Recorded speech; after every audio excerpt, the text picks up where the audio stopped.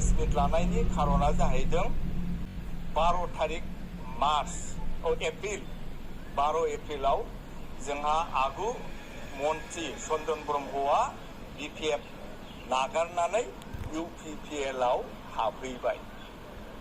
दा बेखौ लानानै जोङो बिथांनि सायाव माखासे खोथा बुंनांगौ दङ होननानै जों सानो।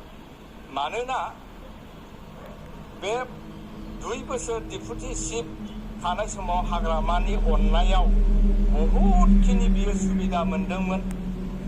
जोंनि बिपिएफनिनो सानसे समनि चिफ आरो जोंनि दानि बिपिएफ दलनि सासे आफादगिरि महिलारी सार हाग्रामा महिलारी सारनि अननायावनो बियो 15 बोसोर केबिनेट मिनिस्टार जाबोदोंमोन। दा बेखिनियाव बिथाङा गोबां खामानि मावनो हानांगौमोन, हाबावनांगौमोन।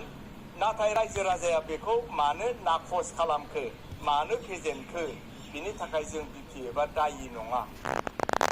बिनि दायिया चन्दन ब्रह्मआ गावनो, जायनि थाखाय बियो सासे गोदान बिजाथि जयन्त बसुमतारीनि आखायाव गाज्रि भाबै बियो जेननांदों। जोंनि दलखौ नागारनानै थांनाया जेबो जाहोन गैया। बियो 3-4 बोसोर क्षमता गैयियावनो बियो अधैर्य जाबाय। नंखायनो बियो मोनसे सिमां नुदों, फैगौ जितु एमपि इलेक्सन 7 मेआव जानो गोनां जोंनि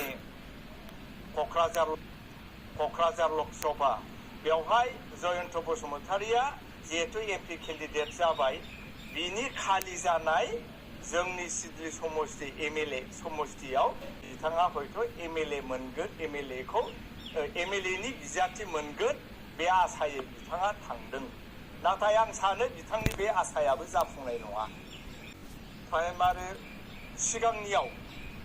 सिगांनि गाव मन्थ्रि थानाय समाव बियो जेब्ला डब्लिउपिटिनि मिनिस्टारमोन, बे समाव बियो मोनफ्रोमबो प्राइमारिफोरनो 3 कौटि खरि होनो होननानै बिनि आखाइनि मानसिफोरनि दारै बियो पारसेन्ट लानानै थांदोंमोन इलेक्सननि आवगाय। नाथाय मोनसेबो खामानिखौ बियो हरनो हायाखिसै, जायनि थाखाय जोंनि बिपिएफनि मानसिफ्रानो, प्राइमारिनि मावथिफोरानो बिथांखौ नागारनानै बिथांखौ फेजेनदों। बिपिएफआ हिमग्ल'बिन दंना गैया चन्दना गाव बुजिनानै लानाया मोजां। खारन दिनै मोनफ्रोमबो जायगायाव हाजार मानसि दि जयनिं जागासिनो दङ, आरो दिनै जों मोनसे जायगायाव थांगासिनो दंबावो, बेयावबो आरो जयनिं जादों। जों जुदि हिमग्ल'बिन गैलाब्ला होनब्ला जोंनि जायगायाव जों जुदि दुर्बल जाबायबा जोंनि दलाव फैगासिनो दं। बिथांनि बे बुंनाय बाथ्राया एखे नंखाय, गावनि माखासे सार्थखौ लानानै बुंनाय रावसो।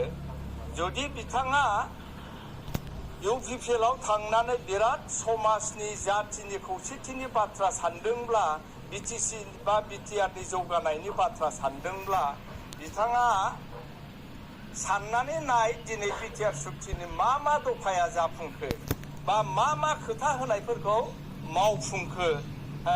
आरो चन्दन ब्रह्मआ जुदि खौसेथिनि बाथ्रा सानदोंबा, बिटिआरनि जौगानाय सानदोंबा, बिटिआरनि दफाफोरखौ लानानै मानो हाइकर्टआव केस होनो गोनां जाखो? होमब्ला बिथाङा बे जायगायाव बोरै थांनानै माब्रै बेबादि खोथा बुंनो हाखो? बेनिफ्राय जों बुजियो बिथाङा बेयाव क्षमता गैयि, 3 बोसोर क्षमता गैयिखौनो उसुखुथु जानानै थानो हायैनि बिथाङा बैयाव 6-7 मासनि उनाव एमएलए जानायनि आसाजोंसो थांनाय राव आरो बेफोर बाथ्राया, बेफोर रावा।